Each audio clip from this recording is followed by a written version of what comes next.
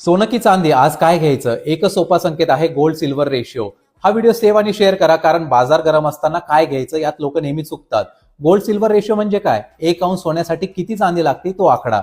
उदाहरणार्थ रेशिओ 80 म्हणजे 1 अंश सोन्याच्या किमती इतकी चांदी घेण्यासाठी 80 अंश चांदी लागते. आता 3 परिस्थिती. पहिला म्हणजे रेशिओ 50 पेक्षा खाली. इथे चांदी तुलनेत महाग असते, म्हणजे सिल्वरमध्ये अग्रेसिव्ह बाईंग टाळा.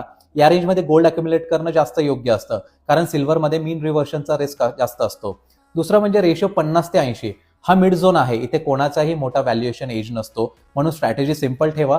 दोन्ही बॅलन्स्ड घ्या, गोल्ड स्टॅबिलिटीसाठी आणि सिल्वर ग्रॅज्युअल अपसाईडसाठी. आणि तिसरा म्हणजे रेशिओ 80 पेक्षा वर. इथे चांदी तुलनेत स्वस्त किंवा अंडर व्हॅल्यूड असते, म्हणजे सिल्वर हळूहळू अक्युमुलेट करा.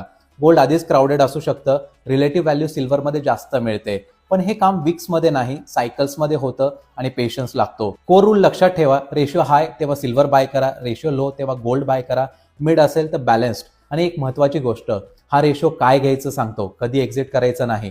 तुमचं सोनं किंवा चांदी घेण्याचा प्लॅन आहे का? काही प्रश्न असतील तर कमेंटमध्ये गोल्ड किंवा सिल्वर असं लिहा. अशाच प्रॅक्टिकल आणि कन्फ्युजन क्लिअर करणाऱ्या फायनान्स इन्साईटसाठी व्यापारी मित्र रोहितला फॉलो करा.